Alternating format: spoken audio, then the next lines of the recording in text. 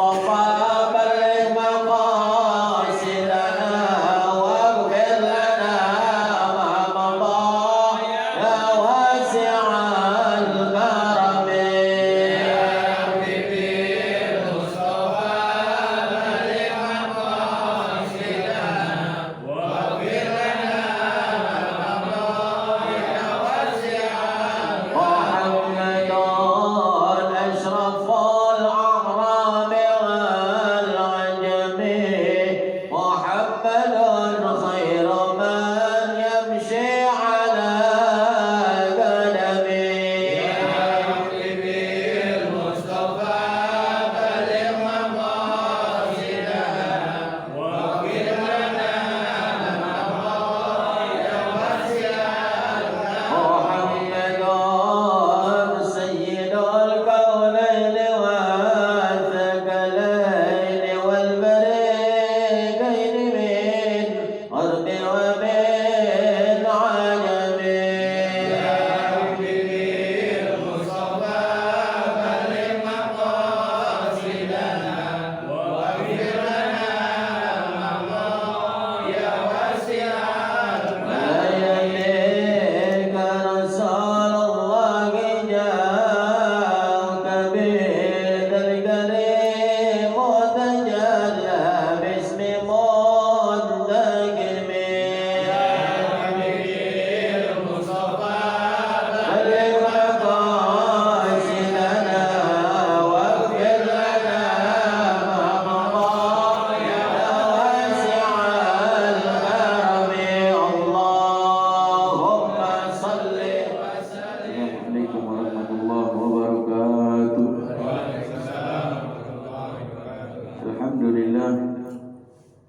Alhamdulillah alladzi hadana bi 'abdihi al-mukhtar man da'ana ilaihi bil izni wa qad nadana labbaika ya man dallana wa hadana.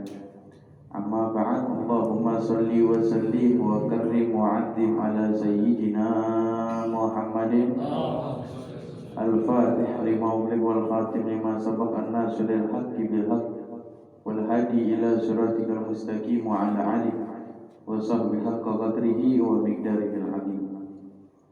Qala Allah ta'ala fil muhkam tanzilih wa huwa asdaqul qa'ilin. A'udzu billahi minasy syaithanir rajim. Bismillahirrahmanirrahim. Innallaha wa malaikatahu yusholluna 'alan nabi. Ya ayyuhalladzina amanu shallu 'alaihi wa sallimu taslima.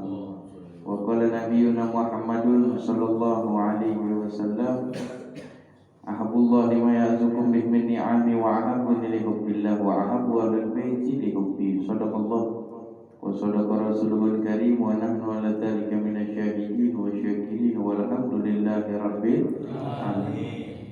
Hadratul muhtaramun yang sama-sama kita hormati, guru kita Ustaz Ahmad Firdaus beserta para orang tua, sesepuh tokoh masyarakat, jamaah majelis taklim rutin setiap malam Senin di Mushola Al-Badru yang insyaallah perkumpulan kita diridhai oleh Allah Subhanahu wa taala, senantiasa dilindungi oleh Allah Subhanahu wa taala, dan mudah-mudahan ilmu kita dijadikan ilmu yang bermanfaat. Amin ya rabbal alamin. Ala hadhihi niyyah wa li kulli niyatin shalihah wa la hadratin nabi Muhammadin sallallahu alaihi wasallam bi sirri asraril Fatihah.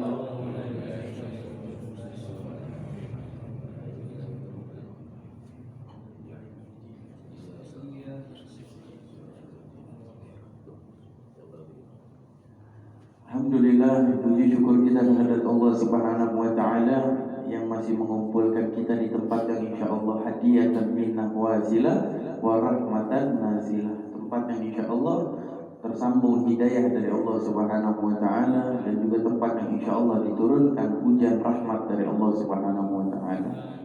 Dipanjangkan umur kita, kesempatan diberikan oleh Allah Subhanahu wa taala sampai pada bulan yang agung, bulan yang mulia, bulan yang suci, yaitu bulan Rabiul Awwal.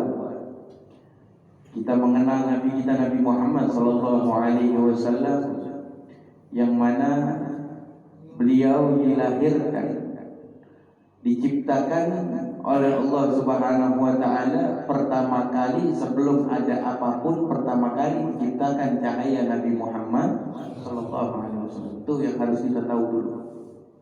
Jadi sebelum ada surga, sebelum ada neraka, sebelum ada dunia, pertama kali cahaya kekasihnya Allah, yaitu cahayanya Nabi Muhammad. Baru adanya dunia dan baru adanya akhirat. Baru ada alam semesta. Pertama kali diciptakan cahayanya Nabi Muhammad SAW.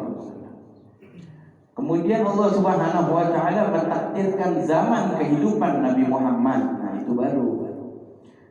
Allah Subhanahu wa taala mentakdirkan wujud manusianya Nabi Muhammad pada tahun gajah 12 Rabiul Awal diciptakan wujudnya Nabi Muhammad sallallahu alaihi wasallam yang tidak ada menandingi ketampanan wujud dari zaman Nabi Adam sampai zaman sekarang.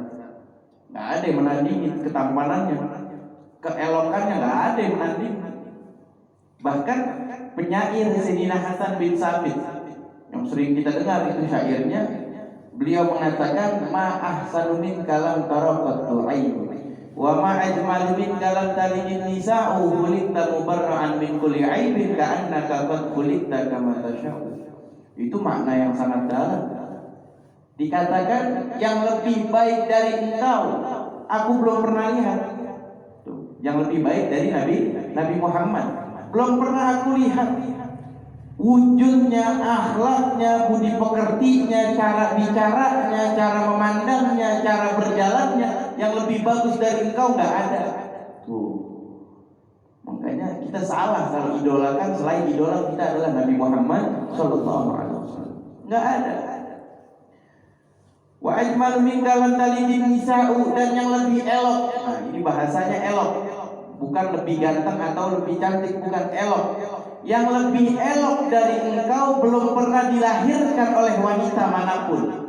Lebih elok di sini itu kalau bandingan laki sama laki kan adu ganteng. Ganteng. Perempuan sama perempuan adu cantik. Tapi kalau global semuanya digabung, mana yang lebih elok bahasanya. Jadi perempuan manapun juga tidak ada yang lebih elok dari Nabi Muhammad sallallahu alaihi wasallam. Itu maksudnya. Kalau laki-laki nggak ada yang lebih ganteng. Perempuan pun tidak ada yang lebih elok dari wajahnya Nabi Muhammad sallallahu alaihi wasallam. Itu diartikan elok. Ma'ajmalu min kalam talidin nisa'u, yang lebih elok dari engkau pun belum pernah dilahirkan oleh wanita manapun. Biarpun kita gendong anak kita gendong anak raja, anak kita kadang mau kayak gimana pun kan kita kata ganteng, kita kata ganteng, kita kata cantik.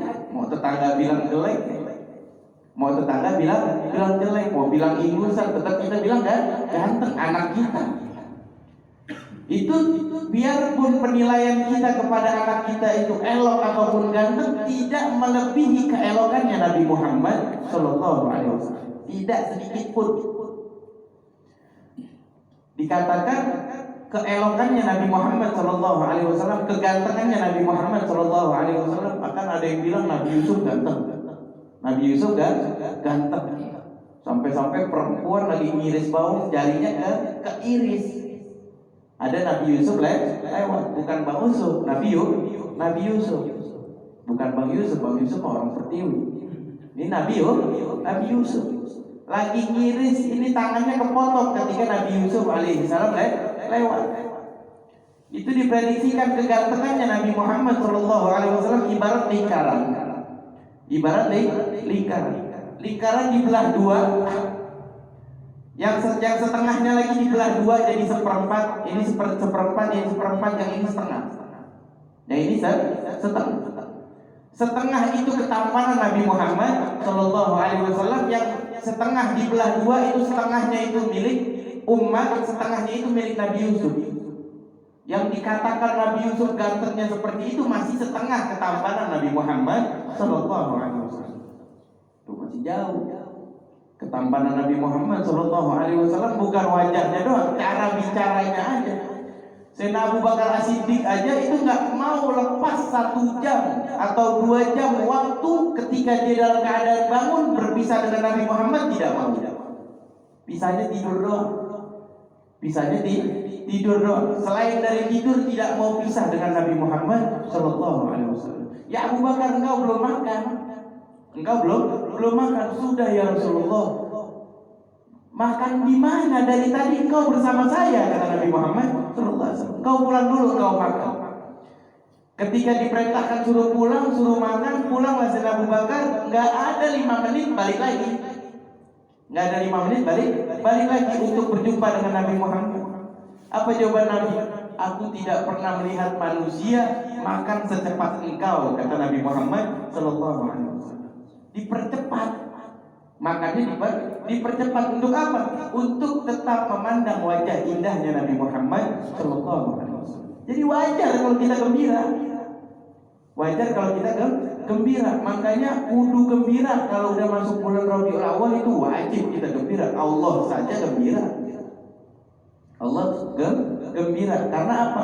Menampakkan kekasihnya di kalangan hambanya. Menampakkan kekasihnya yang sempurna di kalangan hambanya, di kalangan umat Nabi Muhammad Sallallahu Alaihi Wasallam. Rembulan kalah, anta Samsun, anta Badrun, anta Nur, fauqa Nur.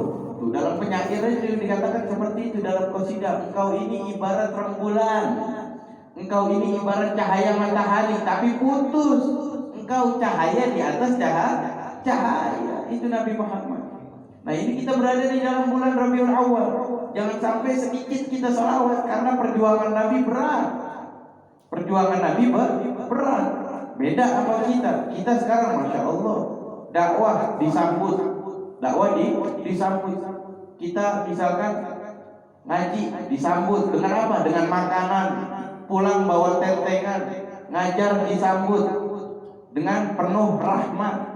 Ngajar disambut dengan penyambutan yang sangat hormat. Lain dengan Nabi Muhammad Sallallahu Alaihi Wasallam. Dakwah dilemparin batu. Makanya dakwah sekarang nggak ada apa-apanya dengan dakwah Nabi Muhammad Sallallahu Alaihi Wasallam. Dakwah Nabi dilemparin batu, dakwah Nabi dilemparin kotoran onta. Kita kadang dipandang miring aja pakai matanya udah kesel banget. Itu ngapa sih orang gua pakai gamis sedikit udah melirik aja. Tuh. Kalau kita niat dakwah nggak perlu kita goyang dengan hal yang seperti itu. Nabi aja. Nabi dilemparin kotoran. Kita siapa mau lolos dari kucilan orang tuh? Kita siapa? Nabi sekelas Nabi Muhammad dilemparin kotoran.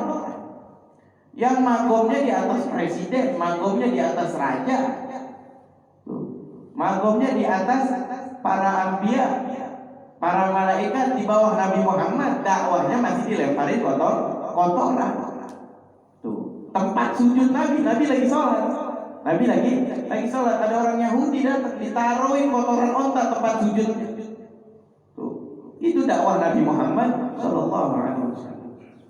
Jadi berat, dakwah Nabi itu sangat berat. Jadi wajar kalau kita gembira dengan keberhasilan dakwahnya Nabi Muhammad Sallallahu Alaihi Wasallam di kalangan jahiliyah. Tanpa hancur Ka'bah tersebut, memang hakikatnya dilindungi oleh Allah. Cuman bisa aja kan? Orang-orang jahiliyah menghancurkan Ka'bah pada zaman tersebut bisa aja dengan niatan. Akan tetapi pasti dilindungi oleh Allah Subhanahu wa Ta'ala. Dilindungi sebagaimana pasukan gajah yang diserang oleh burung ababil, itu perlindungan dari Allah Subhanahu wa Ta'ala. Tapi kita lihat dakwah sucinya Nabi Muhammad Sallallahu Alaihi Wasallam yang mampu merubah pola pikir bangsa Arab ketika itu. Makanya kalau dibilang kerudung, cadar itu adat Arab, salah. Itu salah. Itu bukan adat Arab. Adat Arab itu sebelum zaman Nabi Muhammad Sallallahu Alaihi Wasallam itu perempuan durjana, pusernya kelihatan, rambutnya pirang, kagak pakai kerudung, bajunya cuma sampai di atas perut. Itu pakaian adat Arab. Jadi ada pun menggunakan cadar dan juga menggunakan hijab, menggunakan kerudung, itu menurut syariat Sayyiduna Muhammad Sallallahu Alaihi Wasallam. Itu adanya diciptakan Nabi, itu adanya cadar. Diciptakan Nabi adanya hijab. Jadi jangan mau kita dirusak pola pikir kita dengan pola pikir yang sekiranya akan menghilangkan kecintaan kita kepada syariat Islam. Itu ajaran Nabi. Perempuan didikan Nabi sebagaimana burung gagak, semuanya hitam. Semuanya hitam agar tidak nampak bodinya, agar tidak nampak kulitnya. Itu ajaran Nabi Muhammad sallallahu alaihi wasallam. Oh, berat dakwah Nabi sampai bisa diterima. Awal aja adanya dakwah Nabi Muhammad sallallahu alaihi wasallam di kota Makkah itu ada dua dakwah. Dakwah sembunyi-sembunyi dan dakwah terang-terangan. Pertama, Nabi Muhammad sallallahu alaihi wasallam dakwah sembunyi-sembunyi di rumah Arqam ibn Abi Arqam.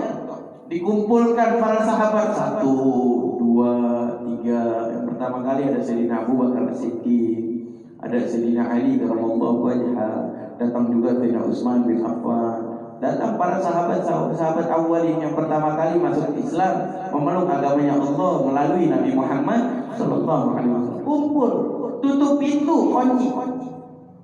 Dakwah sembunyi-sembunyi karena mereka ibarat masih menganggap ini ajaran sesat ini.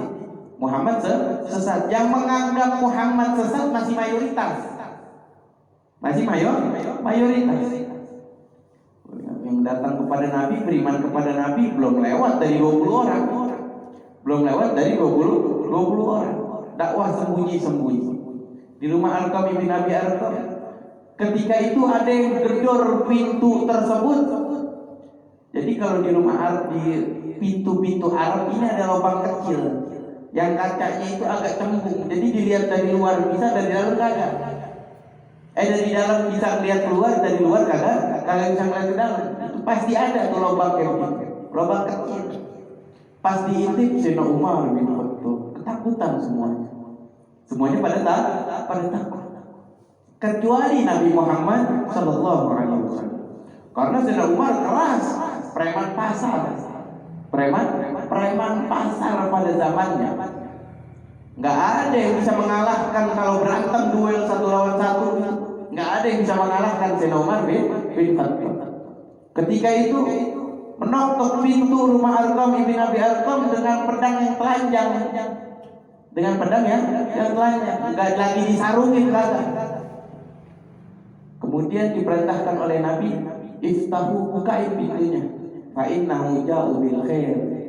Dia datang dalam keadaan baik karena udah didoakan oleh Nabi Muhammad sallallahu alaihi wasallam. Ketika datang ditarik, diajak masuk, dikunci lagi pintunya. Berkata para sahabat, "Ada apa wahai Umar? Kalau engkau datang baik, kami ahlan wa sahlan. Kalau engkau datang dalam keadaan niat yang buruk, maka kamu akan aku bunuh dengan pedang engkau sendiri." Oh, itu udah penghinaan yang sangat terhina. Kita dibunuh dengan golok kita sendiri. Oh, itu udah penghinaan banget itu. Kemudian dilepas pedang Sayyidina Umar, dilepas jubahnya, duduk tahiyat di hadapan Nabi Muhammad sallallahu alaihi wasallam dan berkata, "Alimni anil Islam." Ajarkan aku tentang Islam. Di situ makin kuat ikatan orang-orang yang masuk Islam kepada Nabi Muhammad sallallahu alaihi wasallam makin kuat. Kemudian ada perintah dakwah bijak, dakwah terangan. Diperintahkan oleh Allah Subhanahu wa taala, fasda' bima tu'mar wa 'arid 'anil musyrikin. Keluarlah engkau, sampaikanlah apa yang aku telah turunkan kepada engkau. Memberontaklah kepada kaum musyrikin. Sampaikan kepada kaum musyrikin. Di situ Nabi bikin barikade, bikin perkumpulan keliling kota Mekah sambil mengucapkan la ilaha illallah Muhammadur Rasulullah, la ilaha illallah Muhammadur Rasulullah. Itu ada yang lemparin batu, ada yang lemparin kotoran, ada yang lemparin ranting, segala macam. Jadi dakwahnya Nabi itu benar-benar disambut sama batu. Dakwahnya Nabi disambut dengan batu. Kita dakwah zaman sekarang kan nikmat, pulang kenyang. Pulang kenyang. Kalau nggak istiqomah kan lucu. Tuh. Lain dengan dakwahnya Nabi Muhammad sallallahu alaihi wasallam.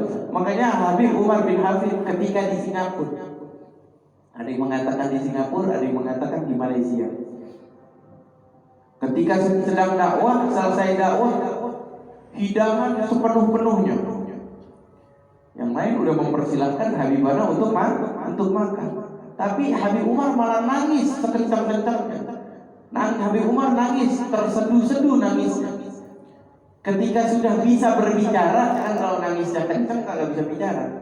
Ketika sudah bisa berbicara, muridnya bertanya, "Ya Habib, Aifi ya Habib, ada apa wahai Habib? Kenapa engkau menangis?" Kemudian Habib Umar berkata, "Dulu jadduna, dulu Habibuna, dulu Rasulullah Sallallahu Alaihi Wasallam dakwah dilemparin batu, dakwah dilemparin kotoran, dakwah terluka kakinya, dakwah keluar darah. Lah kita sekarang," kata Habib Umar, "Nahnu sekarang dakwah tuh dijamuin apaan aja." Keluarlah air matanya Habib Umar bin Hafid karena mengingat dengan perjuangannya Nabi Muhammad Sallallahu Alaihi Wasallam. Itu seperti itu. Dakwah jaminannya nyawa ketika di zaman Nabi Muhammad Sallallahu Alaihi Wasallam. Jadi wajar kita kalau masuk bulan Rabiul Awal itu kudu gembira.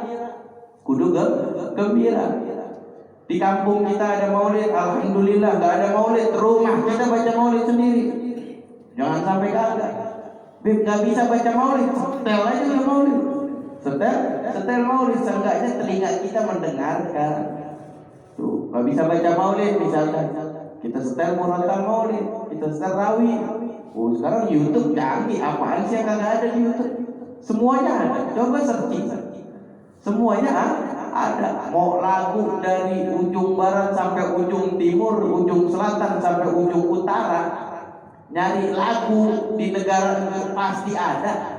Pasti ada asal tahu judulnya. Kan begitu.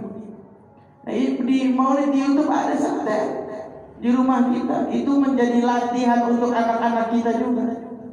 Karena maulid itu mendapatkan keberkahan, mendapatkan ridhaan dari Allah, dan juga membaca rawi kehidupan zaman Nabi Muhammad Sallallahu Alaihi Wasallam. Emang maulid itu apa?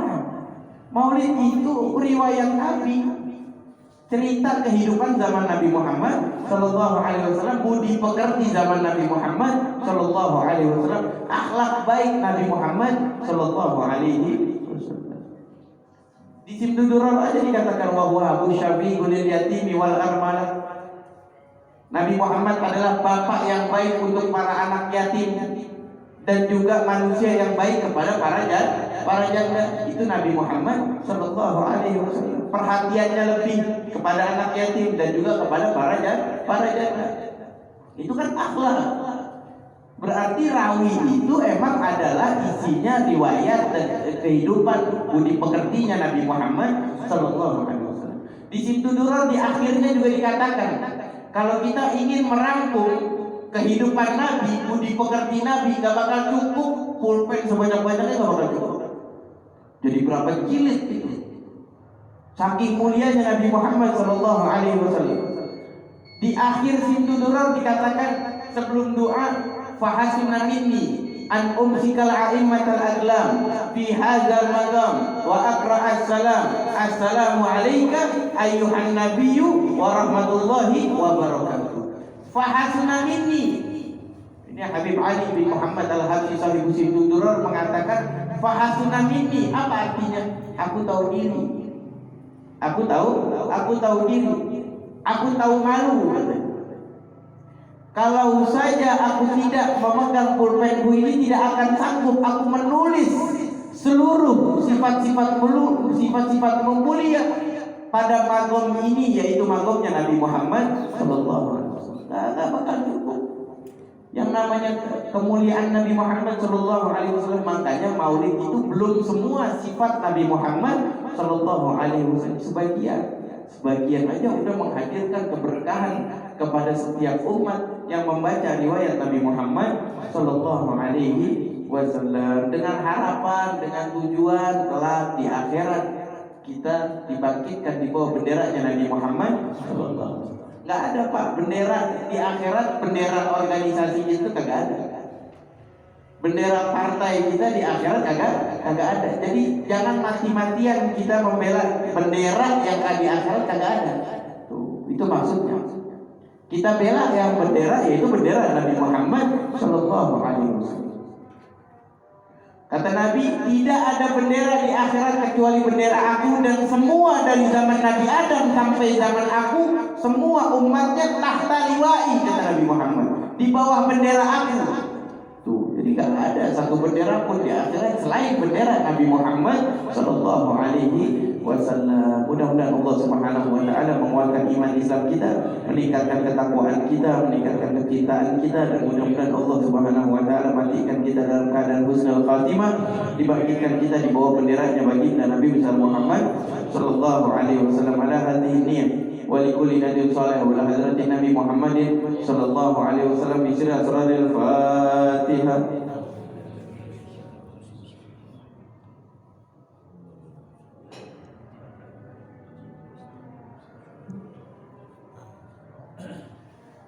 Kiranya sudah dapat bagi sampaikan, mudah-mudahan khususnya bermanfaat buat al-fakir dan umumnya buat kita semua. Assalamualaikum warahmatullahi